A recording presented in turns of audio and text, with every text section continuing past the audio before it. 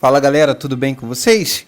Então vamos lá prosseguir aí com as nossas resoluções de questões de concursos, tendo em vista que este canal se destina justamente a auxiliar aqueles aí que estão se preparando para os próximos concursos ou também para fornecer conhecimentos técnicos àqueles que estão entrando na área industrial ou desejam entrar na área industrial e até mesmo aqueles que já se encontram dentro da área industrial e estão almejando aí um progresso em suas carreiras, tá bom? Olha só, pessoal, desta vez para a Petrobras, para o cargo de técnico de estabilidade júnior, prova lá de 2010, questão aí sobre conservação da energia, tá?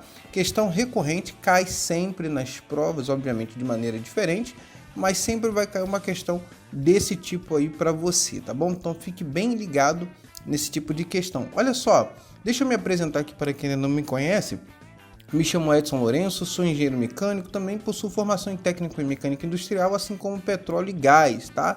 Então a gente, através desse canal, vem aí fornecer um pouquinho de compartilhar, né, os conhecimentos adquiridos aí ao longo de anos de experiência aí em diversas indústrias, tá? Como farmacêutica, montagem e construção e petrolífera. Então, vamos lá para a questão. Olha só, questão de número 41, ele diz o seguinte: um corpo é abandonado de um ponto A uma altura de h igual a 10 metros por meio de um plano inclinado, conforme mostrado na figura. Então perceba que a bolinha, né, esse corpo aí, se encontra a uma altura de 10 metros, tá? E essa análise inicial é muito importante, porque ela que vai direcionar os seus cálculos, tá? Então a observação é de suma importância nesse tipo de questão, tá bom? Não é só você chegar lá e fazer cálculo, você tem que observar o que está acontecendo, tá bom?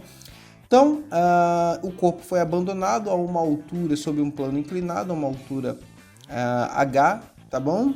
E ele fala o seguinte: supondo que não haja atrito, tá? Ou seja, se não tá tendo atrito, a gente não vai ter perda de energia ali no meio do caminho, tá? E desprezando a resistência do ar.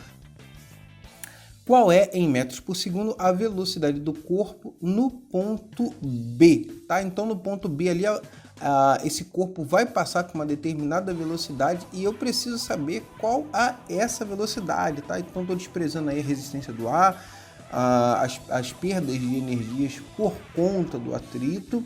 E ele falou o seguinte: dado considere g igual a 10 metros por segundo ao quadrado, né? Que é a aceleração da gravidade. Então, vamos lá para os nossos cálculos. Como que eu resolvo isso? Conservação da energia.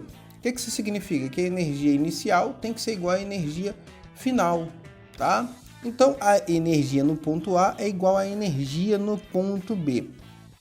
Pela nossa análise, tá? Então, quais são as energias que a gente tem nesse caso aí? Nós temos a energia potencial gravitacional e a energia cinética. Então, a gente vai montar a nossa equação, tá?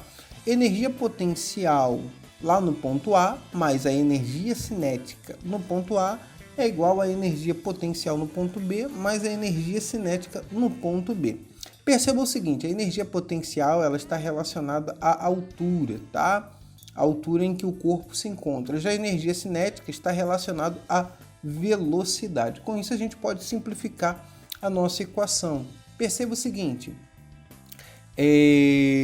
no início eu tenho a massa, eu tenho um corpo com uma massa, né? Eu tenho também a aceleração da gravidade e eu tenho a altura. Então eu tenho energia potencial, mas o corpo inicialmente ele estava estático, então ele não tem velocidade naquele ponto inicial. Com isso eu consigo cancelar a minha energia cinética no ponto A. Já no ponto B, perceba que ele está à altura do chão, ou seja, a altura H no ponto B é zero. Com isso eu consigo cancelar a minha energia potencial gravitacional. Com isso a minha equação vai ficar que a energia potencial gravitacional no ponto A é igual à energia cinética no ponto B, ok? Ou seja, a energia potencial gravitacional é mgh, ou seja, a massa vezes a aceleração da gravidade vezes a altura, tá? E a minha energia cinética é a massa vezes a velocidade ao quadrado dividido por 2. Perceba que eu tenho a massa dos dois lados da equação. Com isso, eu consigo cancelar a massa, ou seja, a massa nesse caso não é importante, tá?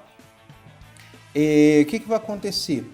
Então, vou ficar com a minha equação da seguinte maneira: G vezes H é igual a V ao quadrado sobre 2. Agora é só a gente arrumar a equação para descobrirmos a velocidade no ponto B, tá? Ou seja, V ao quadrado é igual a 2GH, ou seja, a velocidade é igual a raiz quadrada de 2GH.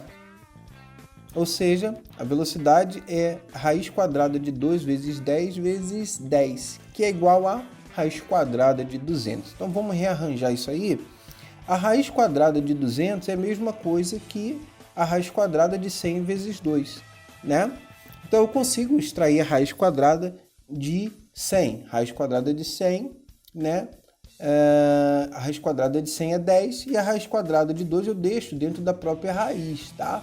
Ou seja, 10 raiz de 2 é a minha velocidade lá no ponto B, que corresponde aí à alternativa C de casa como alternativa correta, tá bom?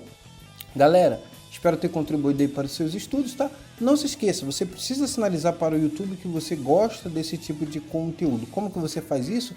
Através do seu curtir, através do seu comentário, do seu compartilhamento e, imprescindível, que você se inscreva se você ainda não está inscrito no canal, tá bom? Um forte abraço e até a próxima!